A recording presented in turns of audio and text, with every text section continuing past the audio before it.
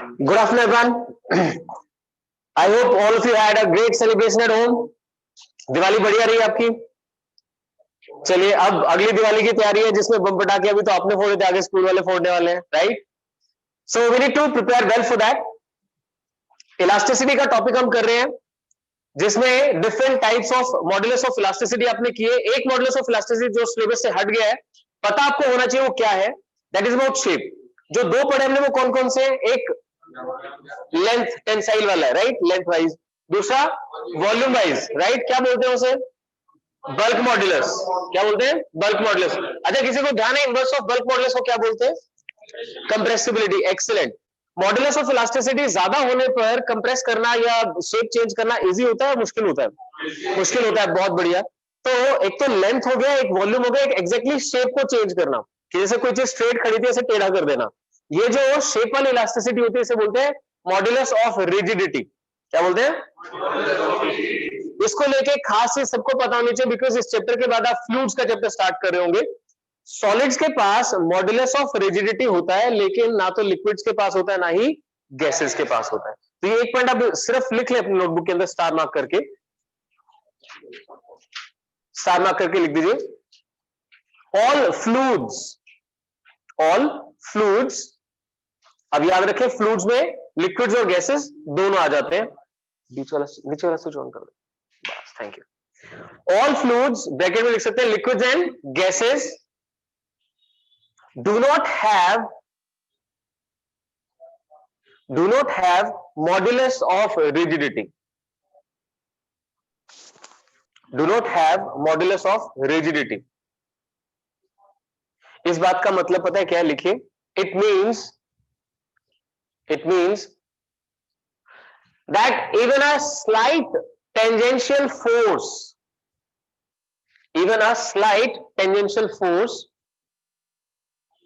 would result in their flow. मतलब आप अपने सामने देखो, किसी ग्लास के अंदर, किसी टम्बलर के अंदर आपने लिक्विड फिल किया हुआ है। अगर आप हल्का सा उसके सरफेस पे ऐसे हाथ से पुश कर दो या हल्का सा एयर ब्लो कर दो, तो ऑब्वियसली एक्सपेक्टेड है कि वो क्या करेगा, आगे की तरफ फ्लो करने लगेगा।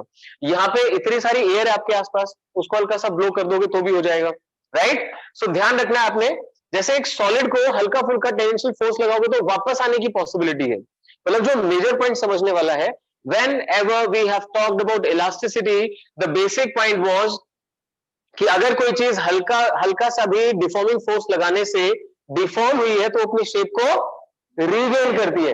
इलास्टिसिटी का मतलब ये नहीं है कि डिफॉर्म बिल्कुल नहीं होगी। इलास्टिसिटी का मतलब है जैसे ही डिफॉर्म होगी साथ के साथ अपने आप को रिफॉर्म करेगी, राइट? और उस फोर्स को बोलते क्या है? Restoring force, right? तो वो क्लियर किया कि सॉलिड्स के अंदर रिस्टोरिंग फोर्स ज्यादा है, लिक्विड के अंदर उससे कम और गैसेस के अंदर सबसे कम। इसलिए आप समझ सकते हैं गैसेस की शेप अगर आप चेंज करने की कोशिश करते हैं तो कभी भी अपनी शेप को रिगेन नहीं कर पाएगा। Got that? ठीक है, तो हर एक फ्लूइड के लिए मॉड्यूलस ऑफ रिजिडिटी कितना होता है? 0 होता है। Got that? Very good. ठीक है, हम लोग उस दिन पढ़ रहे थे एप्लीकेशंस। आई होप एक बार आपने जरूर पढ़ा होगा कुछ थोड़ा बहुत एप्लीकेशंस ऑफ इलास्टिसिटी। क्या मैंने कुछ डिक्टेट किया था उसको लेके या नहीं किया था? नहीं किया था। तो आई वुड लाइक कि मैं 5-7 लाइनों में वो आपको थोड़ा सा लिखवा दूं ताकि एग्जाम में आए तो आप उसको टेक केयर कर पाए। Write down applications of elasticity. Applications of elasticity. Number 1,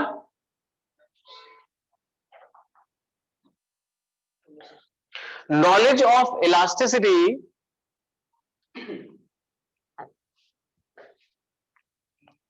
is required in deciding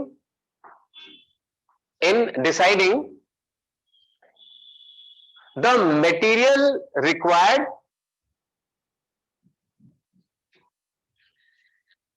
as well as thickness of wire. Material required as well as thickness of wire for lifting a given load. For lifting a given load. ठीक है, अब यहां पे थोड़ा सा explain करता हूं कि किस तरीके से। राइट डाउन, एवरी मटेरियल, लिखे, every material has a defined breaking stress. Every material has a defined breaking stress.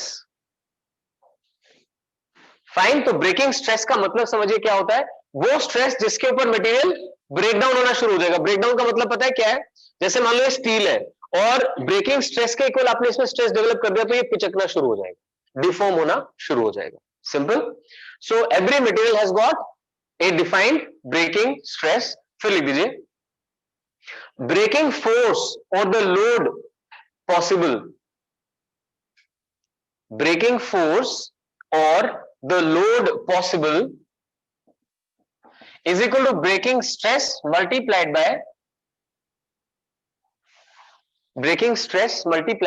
area of cross section, area of cross section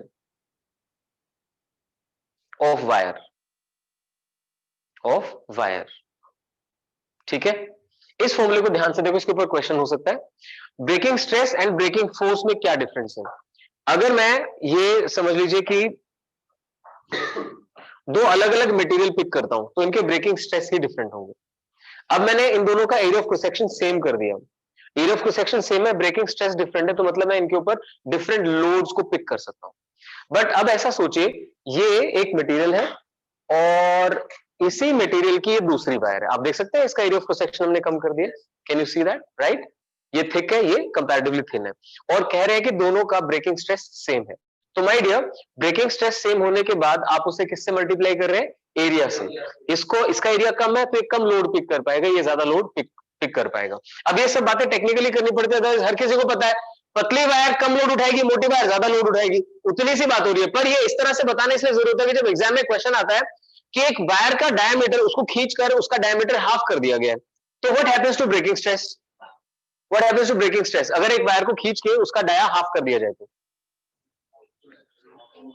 अब ये सोचिए भी बोल रहा हूं, ये सोचिए ब्रेकिंग स्ट्रेस थिकनेस पे डिपेंड करती है या मटेरियल पे डिपेंड करती है? अंशुल बिल्कुल सही आंसर आपका, किस पे डिपेंड करती है? सो knowing the thing and applying is slight different concept, right? तो उसको समझ के ना कोशिश किया करो बताने की। अभी फिर से मैं आपको बोल रहा हूं, दो वायर्स आपने अगर सेम मटेरियल की बनाई है, पतली मोटी, तो दोनों का ब्रेकिंग स्ट्रेस सेम होगा, क्योंकि breaking stress depends upon material. Breaking force thickness define करती है, कितना लोड उठेगा ये मटेरियल नहीं डिसाइड करता। बेसिकली ये कौन डिसाइड करता है? थिकनेस डिसाइड, मतलब मटेरियल तो करेगा ही करेगा, ज्यादा रोल उसमें किसका रहता है? थिकनेस का रहता है। एक मटेरियल कब डिफॉर्म होना शुरू हो जाएगा, ये मटेरियल की प्रॉपर्टी है, ये स्ट्रेस डिफाइन करता है। सो याद रखें किसी भी डायमीटर की वायर हो, ब्रेकिंग स्ट्रेस सेम होगा अगर सेम मटेरियल है, लेकिन जो लोड वो उठा सकती है, ब्रेकिंग फोर्स आप जिसको बोल सकते हैं, that will be breaking stress into area. याद करने का तरीका सिंपल है, stress is force upon area, stress is force upon area, so force is stress into area. Got that? आप यहां पे क्या कर सकते हैं, एरिया को पाई आर स्क्वायर लिख दीजिए। Breaking force divided by breaking stress becomes equal to pi R square, बस इतना लिख दीजिए। तो ये कॉन्सेप्चुअल पार्ट को भी कवर करता है और आपके न्यूमेरिकल पोर्शन को भी कवर करता है। अब यहां स्टार मार्क करके लिख दीजिए, usually only 10% of breaking stress, usually only 10% of breaking stress is used practically. 10% of breaking stress is used practically. 10% एक लिमिट आपने बना दी कि भाई आप जो है ना 1000 किलो वजन उठा सकते हैं, लेकिन आपको कहा गया कि बस 100 ही उठाना है, तो आप लंबे चलोगे, बस इतनी सी बात है। तो वो खराब ही नहीं होगा, लॉन्ग लाइफ चलता रहेगा। सेकेंड लिखे, अच्छा ये बताइए, हमने जो डिप्रेशन वाला मैंने WL3/4/BD³ करवाया था, वो लिखा था आपने साथ साथ? वो तो लिखा था। अच्छा लिखो फटाफट, write down. To understand the depression, second point आप लिख रहे हैं, to understand the depression dependence, to understand the depression dependence on the possible factors, on the possible factors. आप सीधा सीधा ये डायग्राम बनाइए. This has to dip down actually. Dip भी थोड़ा सा ही बनाना, क्योंकि ज्यादा बनाओगे ना तो फिर वो सेमी सर्कल, बस इतना सा बना, ऐसे करके बना दो. और जो ये डिप आप शो करेंगे, डेल्टा लिख देना इसे. Breadth B, length L, thickness भी शो करनी है आपको.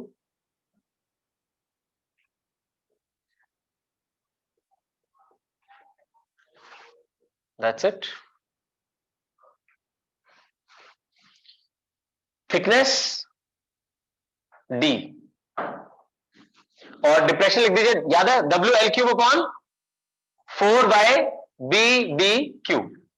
उस दिन सारा डिस्कशन किया था मैंने आपसे स्केल की हेल्प से, अगर ध्यान हो.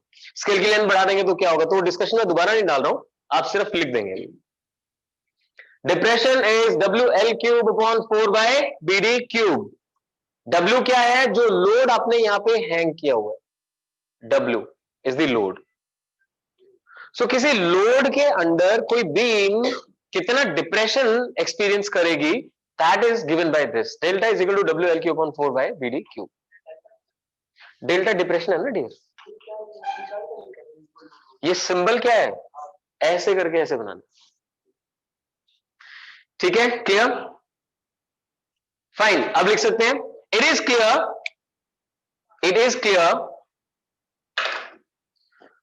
that greater the Young's modulus, comma breadth, greater the Young's modulus, comma breadth, and most significantly depth. Depth को आप थिकनेस लिख देना ब्रैकेट में.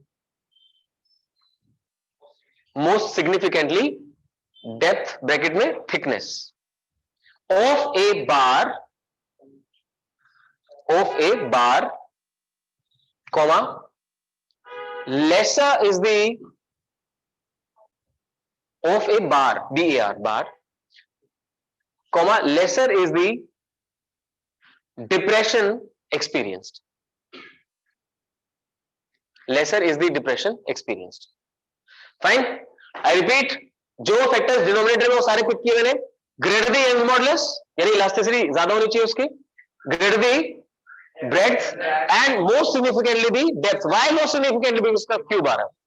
सो lesser would be the depression experience. Clear. लिखिए फिर से स्टार मार्क करके. Increasing depth makes the bar bulkier. Increasing depth makes the bar bulkier, to which it would bend under its own weight. Due to which it would bend under its own weight, which is known as buckling. Buckling. B-U-C-K-L-I-N-G. Buckling. B-U-C-K-L-I-N-G. buckling. Fine. तो buckling क्या है, एक बार का, एक rod का अपने ही wait के अंदर डिप्रेशन ले लेना इज कॉल्ड बकलिंग. फिर लिखिए टू रिजॉल्व बकलिंग. अब ये मैंने बताया था सबसे इंपॉर्टेंट पार्ट है जो भी कर रहे हैं. To resolve buckling, bar is provided a cross section of shape I.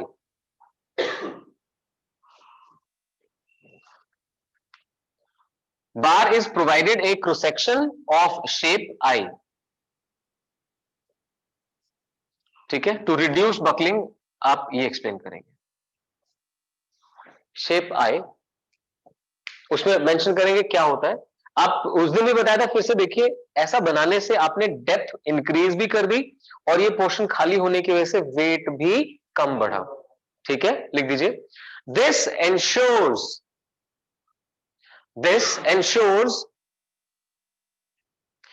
increase in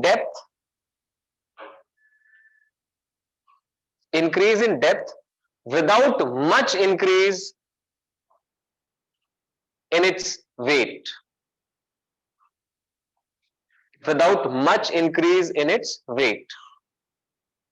तो डेप्थ बढ़ गई पर वेट में कोई खास इंक्रीज नहीं हुआ। क्लियर हुआ सबको? तो ये पॉइंट्स है। फिर नेक्स्ट लिखिए, third point,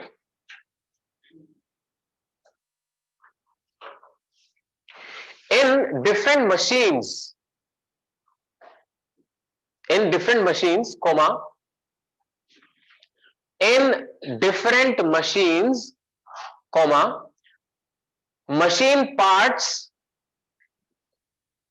machine parts are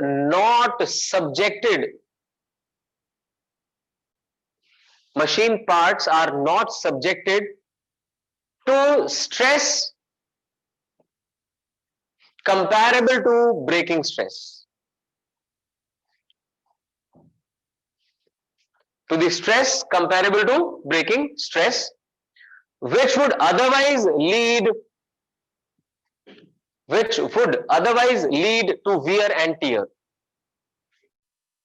ठीक है, बहुत ही शांति चीज है। आप कोई मशीन यूज करें तो आप चाहेंगे वो लंबे टाइम तक चले, तो उसके अंदर हर एक पार्ट का अपना ब्रेकिंग स्ट्रेस है। अगर ब्रेकिंग स्ट्रेस तक का लोड आपने डाल दिया तो जल्दी से वियर टियर होना शुरू हो जाएगा। सो आप क्या कोशिश करते हैं, जो ब्रेकिंग स्ट्रेस है वहां तक कभी भी ना लेके जाए। क्लियर हुआ? ठीक है। उसके बाद एक और पार्ट लिखिए जरा, दो डेफिनेशंस लिखवा रहा हूं। इलास्टिक आफ्टर इफेक्ट,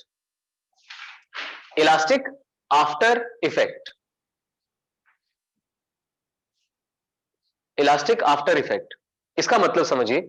मान लीजिए आपने कोई वायर या कोई रबर ऐसे खींचने के बाद उसे छोड़ा, तो अपने शेप रिगेन करने में कुछ टाइम लेता है, that is elastic after effect. अच्छा, आपको क्या लगता है, ये इलास्टिक आफ्टर इफेक्ट हमेशा एक जैसा बना रहता है या विद यूजेज बढ़ने लगता है?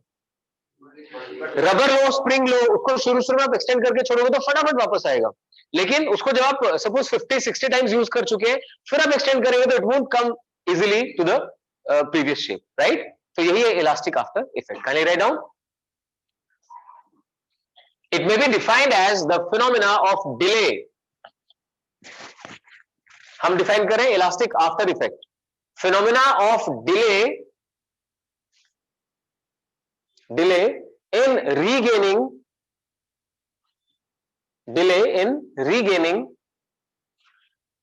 the original shape and size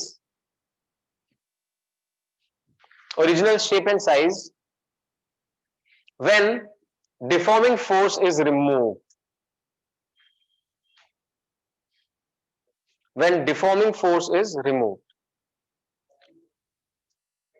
ठीक है, डिफॉर्मिंग फोर्स रिमूव कर देने के बाद किसी भी ऑब्जेक्ट का अपना साइज एंड शेप रीगेन करने में कुछ समय का लगना, डिले आ जाना, that's called elastic after effect. फिर स्टार मार्क करके लिख दीजिए, it keeps increasing with usage of the material. It keeps increasing with usage of material, मतलब जितनी ज्यादा बार उसके ऊपर स्ट्रेस आता जाएगा उतना ही इलास्टिक आफ्टर इफेक्ट बढ़ता चला जाएगा। जो सिंपल आपने घर में देखते हैं, कोई भी रबर की चीज का कुछ टाइम के बाद एक्सटेंशन करने पर वापस आने का टाइम बहुत ज्यादा बढ़ जाता है। ठीक है, सेकेंड डेफिनेशन लिखिए, इलास्टिक फैटीग। फैटीग वर्ड का मतलब समझते हैं? थकान हो जाना। फैटीग मतलब थक जाना। Elastic fatigue, FATIGUE, fatigue. ठीक है, elastic fatigue, physics fatigue, right? ऐसा तो नहीं हो रहा? चलिए, इलास्टिक फैटीग का मतलब भी कुछ ऐसा ही है जो भी हमने डिस्कस किया। आप एक मटेरियल को जब बार बार स्ट्रेस स्ट्रेन की साइकिल से पास करते हैं तो उस मटेरियल की स्ट्रेंथ कम हो जाती है। जैसे दोबारा से मैं एक वायर का एग्जांपल लेता हूं।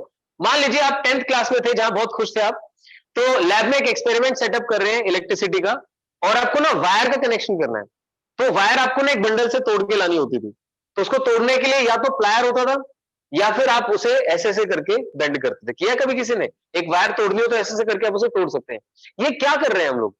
बार बार स्ट्रेस ट्रेन चल रहा है उसके ऊपर, तो रिपीटेड स्ट्रेस की वजह से वो टूट जाती है। क्यों टूट जाती है? क्योंकि उसके अंदर उसकी स्ट्रेंथ कम होती चली जाती है। दिस सिंपल थिंग इज, ये इतने छोटे पार्ट से लेकर बहुत बड़ी चीजों तक एक्सटेंड होता है। कहां तक? जो बहुत बड़े बड़े ब्रिजेस होते हैं ना, उन ब्रिजेस की एक लाइफ डिफाइन की जाती है। रीजन क्या है? उनके ऊपर से हैवी व्हीकल्स पास करते हैं, व्हीकल्स पास करेंगे तो फोर्स लगेगी, फोर्स से क्या जनरेट होगा? स्ट्रेस। तो they come under stress again and again, तो एक लिमिट है, उसके बाद दे मस्ट बी रिपेयर्ड। तो आप सुनते हो ना बहुत सारी जगह कि भाई एक बहुत पुराना ब्रिज टूट के गिर गया, बिकॉज उसमें रिपेयर तो करते नहीं है, एक बार पैसा खाना था खा लिया बस। तो हर एक चीज की लाइफ डिफाइंड होती है, दैट इज बिकॉज उसके अंदर क्या आ जाता है? फटीग आ जाता है। ठीक है, आप भी देखो ना, अभी 3 दिन 4 दिन आपको फ्री मिले तो आप थोड़े से ज्यादा फ्रेश हैं। वो मैं मानता हूँ, अगर क्वेश्चन पूछूंगा तो वापस वहीं पहुंच जाएंगे, but I would give that stress to you for today only. तो समझे इस बात को, इलास्टिक फटीग क्या हुई? बार बार स्ट्रेस डालने से एक ऑब्जेक्ट अपनी स्ट्रेंथ लूज कर देता है, that's called elastic fatigue. Write down. Loss of strength, loss of strength in a material, loss of strength in a material due to repeated stress, due to repeated stress may be defined as its elastic fatigue, may be defined as its elastic fatigue. आप यहां पे star mark करके लिख दीजिए, bridges are declared unsafe, bridges are declared unsafe after a certain usage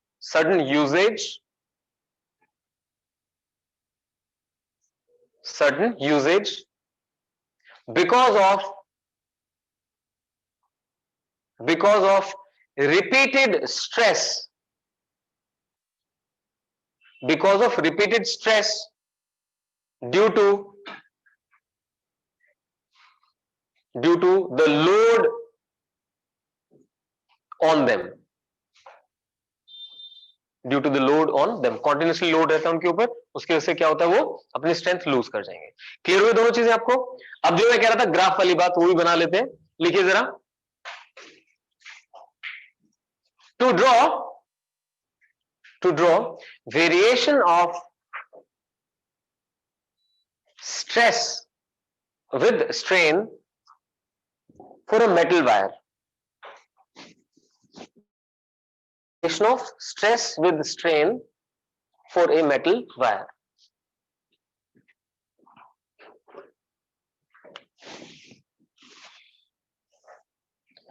इधर stress बनाते जाए साथ साथ, stress and this is strain. पहले स्ट्रेट लाइन शो करना है, थोड़ा सा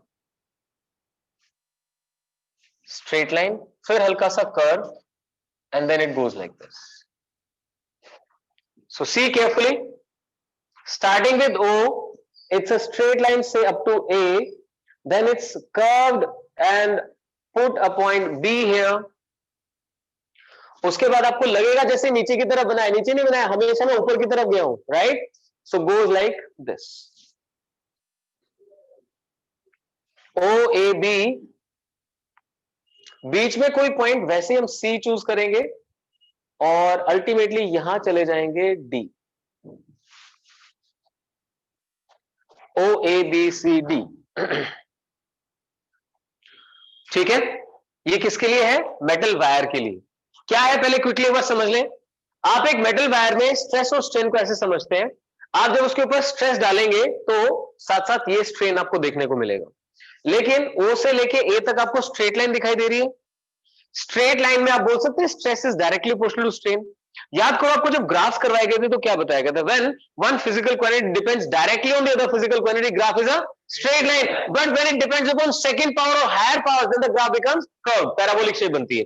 तो ध्यान दें जरा, ए से बी और आगे के पार्ट के लिए आप ऐसा नहीं बोल सकते कि stress is directly proportional to strain. Stress is directly proportional to strain only for O to A, इसे इसे प्रोपोर्शनैलिटी रेंज बोलते हैं। क्लियर? लेकिन इलास्टिक रेंज यहां तक है, बी तक। इलास्टिक रेंज का मतलब बताएगा कोई? जहां तक अगर एक्सटर्नल डिफॉर्मिंग फोर्स को रिलीज कर दिया जाए तो ऑब्जेक्ट अपनी शेप को रीगेन कर लेगा। यहां तक, इस स्ट्रेस तक अगर आपने एक्सटर्नल फोर्स को हटा लिया तो अपनी शेप को 100% रीगेन कर लेगा। लेकिन माय डियर, इसके बाद शुरू होती है प्लास्टिक रेंज। क्या शुरू होती है? प्लास्टिक रेंज का मतलब ये होता है जहां पे परमानेंट डिफॉर्मेशन आ जाए।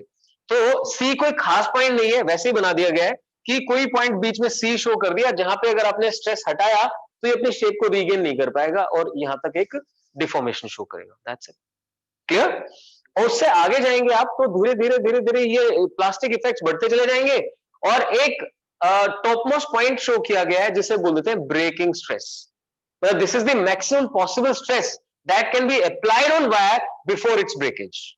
वायर के टूटने से पहले इसके ऊपर जो मैक्सिमम पॉसिबल स्ट्रेस डाला जा सकता था, दैट्स कॉल्ड ब्रेकिंग स्ट्रेस और अल्टीमेट स्ट्रेस बोल देते हैं हम लोग इसे। आई होप क्लियर हो आप सबको। कुछ ग्राफ्स के अंदर या कुछ बुक्स के अंदर यहीं पर डिफाइन किया जाता है फ्रैक्चर पॉइंट। फ्रैक्चर मतलब टूट गई वायर। और कुछ एक में इसके थोड़ा सा आगे जाके शो किया था कि ये फ्रैक्चर पॉइंट है, और उसमें कोई खास फर्क नहीं पड़ता, आप यहीं पे डिफाइन कर सकते हैं। राइट? क्योंकि मटेरियल और ज्यादा स्ट्रेस बियर नहीं कर सकता। इसके आगे वाले ग्राफ का सिर्फ एक ही मतलब है, आप स्ट्रेस को तो कम कर रहे हो लेकिन स्ट्रेन फिर भी बढ़ता जा रहा है। स्ट्रेस को कम कर रहे हो लेकिन स्ट्रेन फिर भी बढ़ता जा रहा है। इसका एक एग्जांपल देता हूं आपको। जो प्लास्टिक का मटेरियल होता है, हाँ, अगर उसे हीटअप कर दो, हीटअप करके उसे खींचोगे तो बीच में तार तार सी बन जाएंगी। अब सोचो आपने वो ऐसे करके छोड़ दिया तो आपको एक्स्ट्रा स्ट्रेस लगाने की जरूरत ही नहीं है, वो अपने आप ही थोड़ी देर के बाद बिल्कुल टूट के अलग हो जाएगा। क्या बात समझ में आ रही है? सो लिखते जाएंगे और समझते जाएंगे। ग्राफ सबने बना लिया? ठीक है, लिखिए जरा। For a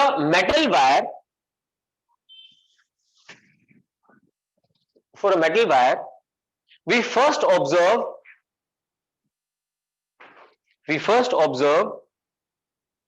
stress.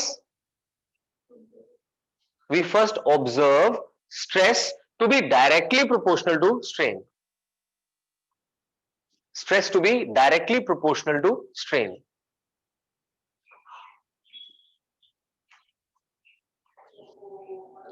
लिख दीजिए, as shown by the region OA in graph. As shown by region OA in graph. This is known as proportionality range. Proportionality range. ठीक है? अब आपको याद है हुक्स लॉ डिफाइन किया था हमने। हुक्स लॉ कहता है stress is directly proportional to strain within the elastic limits. ध्यान देना, वैसे तो इलास्टिक लिमिट बी तक है, इलास्टिक लिमिट बी तक है, बट हुक्स लॉ कहां तक वैलिड है? ए तक वैलिड। तो एक सिंपल कॉन्सेप्चुअल पार्ट हो जाता है। क्लियर? लिख दीजिए, Hooke's law is valid only up to proportionality limit. O A को मैं रेंज बोल रहा हूं, ए को मैं लिमिट बोल रहा हूं। ठीक है? हुक्स लॉ इज HOOKE लिखना। Hooke's law is valid up to proportionality limit A. Proportionality limit A. ठीक है? याद रखिए, जिन मटेरियल के लिए ग्राफ स्ट्रेट लाइन नहीं बनता उनके लिए हुक्स लॉ वैलिड नहीं है, भले ही वो अपनी शेप को रीगेन कर ले। मतलब आपने किसी चीज को खींचा और छोड़ दिया, उसने अपनी शेप को रीगेन कर लिया, लेकिन वेरिएशन जो थी वो स्ट्रेट लाइन के अलॉन्ग नहीं थी, तो उसमें हुक्स लॉ वैलिड नहीं होगा। सिंपल है बिल्कुल। ठीक, चलिए फाइन। अब लिखिए जरा नेक्स्ट पॉइंट बना के, OB represents elastic range. OB represents elastic range such that थोड़ा इंटरेस्ट से करो, समझ में आएगा आपको। such that object regains shape and size, such that object regains shape and size after the removal of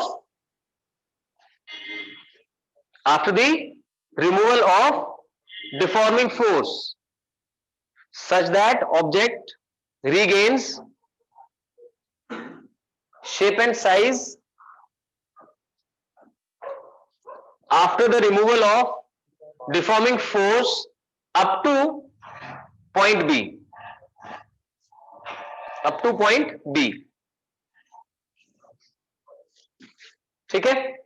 और खास बात देखिए, आपको कंजर्वेटिव नॉन कंजर्वेटिव फोर्सेस याद है? यहां तक सारी की सारी फोर्सेस कंजर्वेटिव होती हैं, लिख दीजिए। all the forces are conservative up to elastic limit. all the forces are conservative up to elastic limit. कुछ ध्यान है, अगर हम इन इलास्टिक फोर्सेस को इन्वॉल्व कर लें तो उससे क्या होता है, स्पेसिफिकली क्या लॉस होता है? Heat loss. याद करो फ्रिक्शन के बारे में क्या समझाया था। Gravitational force, electrostatic force, spring force, इनमें कोई हीट लॉस नहीं होता, और जितना भी आप वर्क करते हो वो कहां चला जाता है? पोटेंशियल एनर्जी की फॉर्म में चला जाता है। लेकिन याद करो, जहां फ्रिक्शन आएगा, विस्कस फोर्सेज आएंगे, वहां पे क्या चला जाएगा? हीट लॉस हो जाएंगे। So be very clear about this. Up to point B याद रखें, अप टू पॉइंट बी कौन सी लिमिट है? Elastic limit. और यहां तक सारी फोर्सेस कैसी हैं? Conservative forces. क्या कोई हीट लॉस होता है? यानी ऑब्जेक्ट अपनी शेप को रिगेन कर पाता है और जितनी एनर्जी ली थी वो सारी की सारी वापस कर देता है लोग, राइट? सो एक लाइन आखिरी लिखे, so no heat losses, so no heat losses take place, no heat losses take place. Done? आगे सारी बातें समझ में आपको? चलिए अब बी को यील्ड पॉइंट बोलते हैं, लिख दीजिए नेक्स्ट पॉइंट बना के, IELD, yield point. Yield point B जो है वो यील्ड पॉइंट है। यील्ड पॉइंट का मतलब क्या है? इसके बाद अगर आपने स्ट्रेस बढ़ाया तो मटेरियल जो है ना वो परमानेंटली डिफॉर्म होना शुरू हो जाएगा। जैसे यील्डिंग वर्ड का एक मतलब बड़ा अच्छे समझ में आता है कि अगर आपको रेत के ऊपर चलने के लिए कहा जाए, सैंड के ऊपर चलने के लिए कहा जाए, तो जैसे आप पांव रखेंगे तो वो यील्ड कर जाएगा। Got that? This is yielding. So clear रहे बिल्कुल। यील्ड पॉइंट मेंशन करें। Elastic limit, elastic limit B is also known as, elastic limit B is also known as yield point, also known as yield point, because elastic limit B is also known as yield point because if the stress is increased beyond it, if stress is increased beyond it, comma, permanent deformations take place, permanent deformations take place. ठीक है, clear हुआ? यानी elastic range और plastic range का को जो divide करती है बाउंड्री, वो क्या है? यील्ड पॉइंट है। Got that? फाइन। उसके बाद जो शुरू होगी वो क्या है? प्लास्टिक रेंज है। लिख दीजिए, region beyond yield point is known as plastic range. Region beyond yield point is known as plastic range, plastic range. फाइन। अब हम सी के बारे में बताएंगे कि अगर हम प्लास्टिक रेंज के अंदर कहीं पर स्ट्रेस को रिमूव कर देंगे तो हमें क्या मिलेगा? परमानेंट डिफॉर्मेशन मिलेगा। लिख दीजिए, removal of deforming force, removal of deforming force anywhere in the plastic range, removal of deforming force anywhere in the plastic range results in permanent deformation,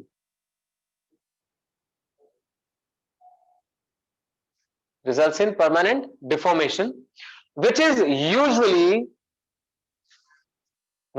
usually not large से 0.1%, से 0.1%। मतलब एक चीज जो इतनी लंबी है, उसके टूटने से पहले, एक वायर है मान लो, उसके टूटने से पहले जब उसे खींच रहे हैं तो कितना एक बढ़ जाएगी, थोड़ा बहुत बढ़ेगी, राइट। 1%, 2% तक चलो मैक्सिमम चली जाएगी, तो 0.1% यूजली हम बोल देते हैं, इतना खींचेगी और उसके बाद ये टूट जाने वाली है। That's simple it is. ठीक है, क्लियर हुआ। नेक्स्ट लिखिए, स्टार मार्क करके लिख दीजिए, increasing stress results in the formation of, increasing stress results in the formation of necks and waists।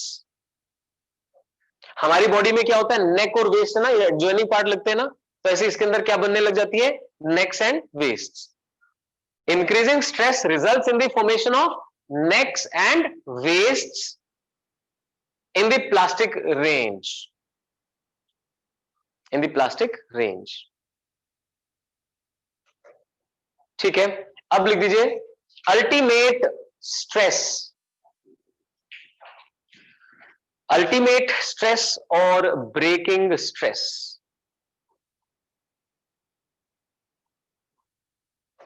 Ultimate stress और breaking stress, it may be defined as, it may be defined as the maximum possible stress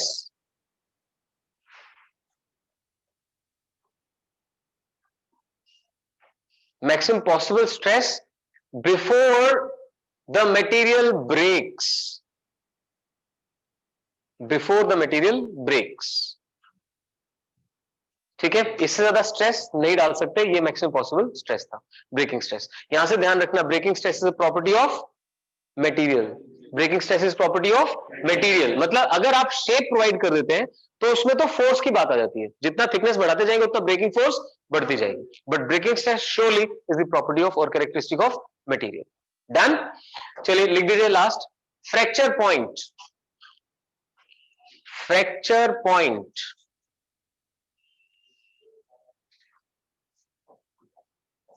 लिखिए, stress corresponding to which,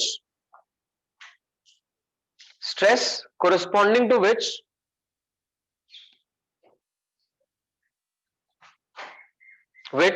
wire starts having uncontrolled strain,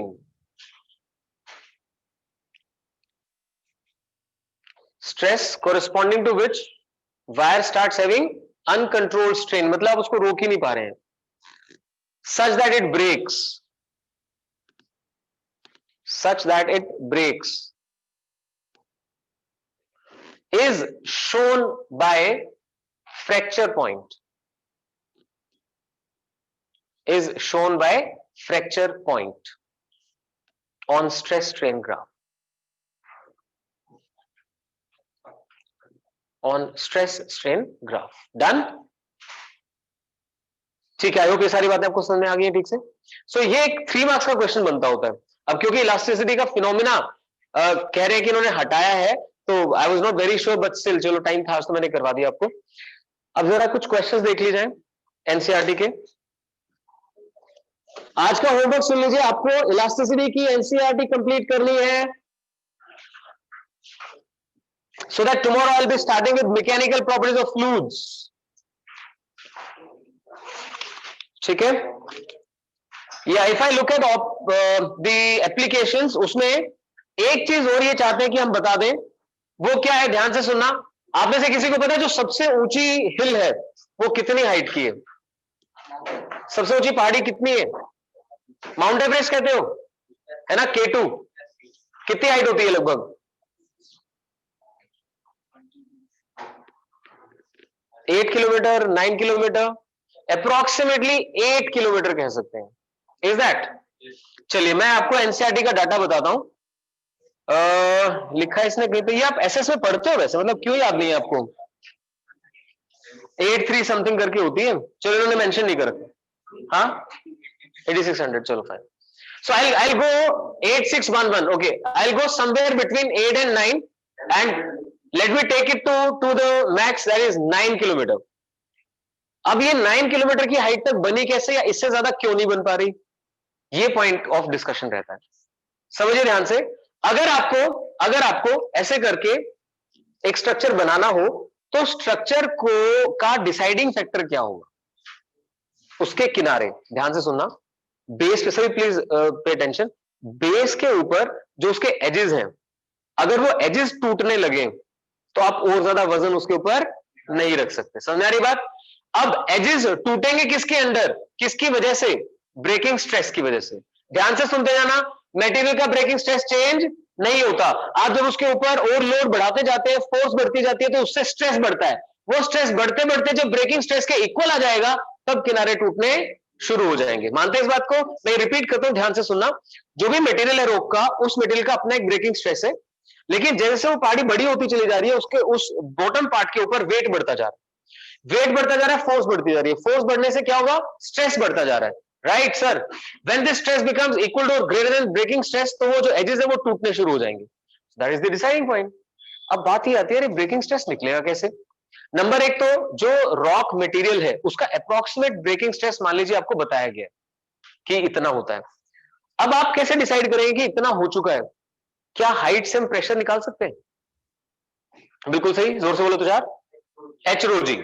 height से pressure निकल सकता है, एचरोजी. मान लीजिए, वैसे तो ये सारा हाइपोथेटिकल रहता है, क्योंकि सारी की सारी रॉक्स जो होती है उनकी डेंसिटी सेम नहीं होती, बट अगर आप एक एवरेज डेंसिटी कंसीडर कर लें, तो किसी हाइट की वजह से आप जब एचरोजी फाइंड करेंगे, तो दैट एचरोजी will exactly match with the breaking stress of the rock, जिसकी वजह से आप समझ जाएंगे हाँ यार अप्रोक्सीमेटली इतनी हाइट हो सकती है. तो जो 10 किलोमीटर आप बोल रहे हो वो उससे आता है.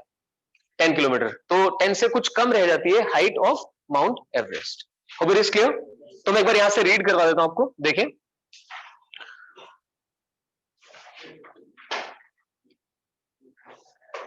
पेज नंबर 241 के एंड पे मैं रीड कर रहा हूं.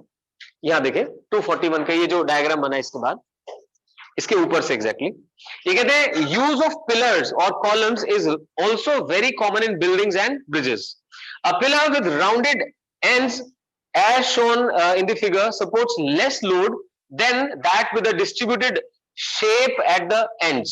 तो आपसे ये पूछा जा सकता है कि राउंड एजेस की बजाय ये जो शेप है, ये शेप क्यों प्रेफर्ड है. क्योंकि इस शेप में एग्जैक्ट जो नीचे वाली रॉड बन रही है उसके ऊपर प्रेशर कम आएगा. ठीक है ना, डिस्ट्रीब्यूट हो जाएगा.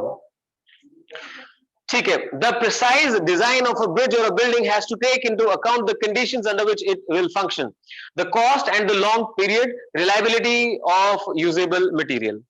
फाइन. ये 1 मार्क क्वेश्चन हो सकता है कि कोई भी आपको स्ट्रक्चर डिजाइन करना है तो उसमें कौन कौन से पैरामीटर्स का आप टेक केयर करेंगे. लॉन्ग ड्यूरेबिलिटी, कॉस्ट का फैक्टर एंड मटेरियल यूज्ड. फिर देखते हैं, the answer to the question why the maximum height of a mountain on earth is approximately 10 kilometre can also be provided by considering the elastic properties of rocks. A mountain base is not under uniform compression, and this provides some shearing stress to the rocks under which they can flow. The stress due to all the material on the top should be less than the critical shearing stress at which the rocks flow. At the bottom of a mountain of height h, the force per unit area is HROG, जहां पे density rho होती है और gravity g है. The material at the bottom experiences this force in the vertical direction. The sides of mountain are free. Therefore, this is not a case of pressure or bulk compression. There is a shear component. मतलब आपको exam में सब कुछ explain नहीं करना, मैं लिखवा देता हूँ. Now the elastic limit for a typical rock, ये देख लें. Elastic limit for a typical rock is 30 into 10 power 7. कोई मुझे याद हो तो बताए, स्टील और एल्यूमिनियम वगैरह के लिए आपको कितना बताया था. यंग्स मॉडुलस लगभग किस पावर में होता है. 10 power 11. 2 point something into 10 power 11, यही गया था. तो सोचो, जो स्टील है उसके लिए 2 into 10 power 11 है, और ये जो रॉक है इसके लिए कितना है, ध्यान से देखना, 0.3 into 10 power 9. राइट. तो अप्रोक्सीमेटली 10 power 3 टाइम्स कम है उससे, 1000 गुना कम है. एक रॉक की इलास्टिसिटी स्टील से लगभग 1000 गुना कम है. ऐसे समझ सकते हैं. फाइन. नाउ एचओजी सॉल्व किया तो अप्रोक्सीमेटली कितना आ गया, 10. लिख दीजिए लास्ट पार्ट, अपनी कॉपी में लिखिए. To find To find maximum possible height of a rock, same phenomena can be applied to why the tunnels are made horseshoe in shape. Okay, right, Anshul? To find maximum height of a hill या mountain बोल सकते हैं, mountain लिख दीजिए. To find maximum height of a mountain, mention करें. A mountain has its bottom edges. Mountain has its bottom edges under shear stress. Under shear stress. So maximum height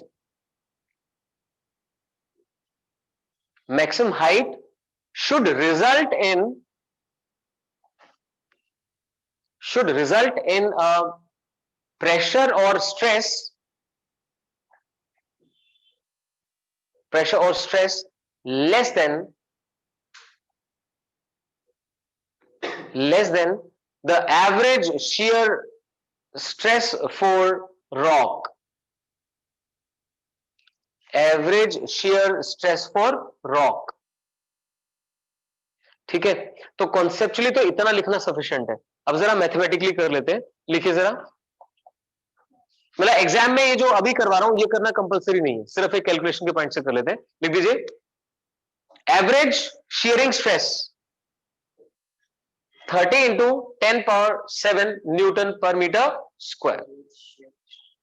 Average shearing stress for a rock is 30 to 10 power 7 Newton per meter square, and density of rock material 3 into 10 power 3 kilogram per metre cube. ध्यान है water की density कितनी होती है SI system में? 1000 exactly. So water की 1000 होती है, उसके 3 टाइम्स है. तो रॉक की डेंसिटी को जो पहाड़ी बना रही है रॉक, उसकी डेंसिटी को 3 into 10 power 3 कंसीडर किया गया. Got that? सो ये ब्रेकिंग स्ट्रेस है और शियरिंग स्ट्रेस बेसिकली, और ये डेंसिटी हो गई. लिख दीजिए let h be the possible height of mountain. Density is 3 into 10 power 3 kilogram per metre cube. ठीक है, आगे लेवल में अब लिखिए let h be the maximum possible height. h be the maximum possible height, then h rho g must be less than equal to 30 into 10 power 7. 30 into 10 power 7. मतलब mountain की जो height है उसकी वजह से पड़ने वाला प्रेशर शियरिंग स्ट्रेस से कम होना चाहिए. यहां से आप रो की वैल्यू पुट कर लेना 3 into 10 power 3 और g की वैल्यू, तो h will approximately come out to be, h is approximately 10 kilometer. That's all. ठीक है, तो सीबीएसई के पॉइंट से ये हो जाता है. और इसमें एक कॉन्सेप्चुअल पार्ट और लिखवा देता हूं. हाँ जी, लिखिए लास्ट एक point. A hollow shaft is stronger as compared to solid shaft. Hollow shaft is stronger as compared to solid shaft having same length and made up of same amount of material.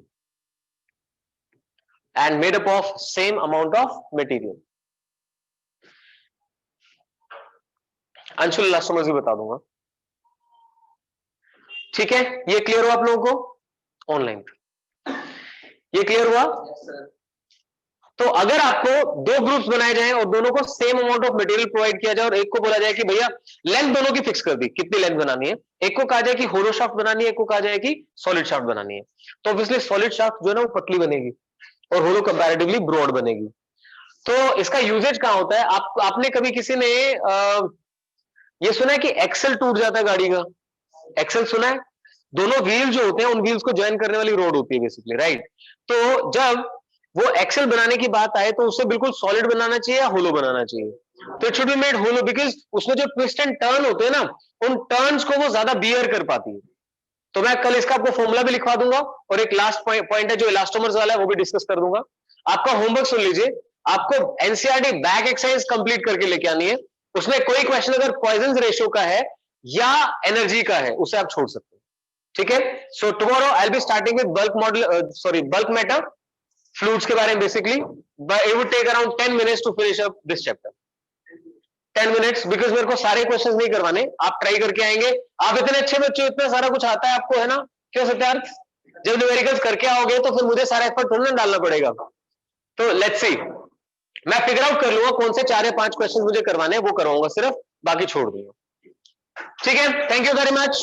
और एक call फिर से दे रहा हूं, दिवाली से लगभग एक हफ्ता पहले हमने घरों पे कॉल करना बंद कर दिया था फीस वगैरह के लिए, बट अब आप समझिए कि this is high time that you पे योर फीस। नवंबर एंड आ गया, इसके बाद हम यूजुअली बहुत स्ट्रिक्ट एक्शंस लेते हैं, तो नवंबर एंड आ रहा है, 20 तारीख तक अपनी फीस वगैरह जमा करवाएं। Thank you very much.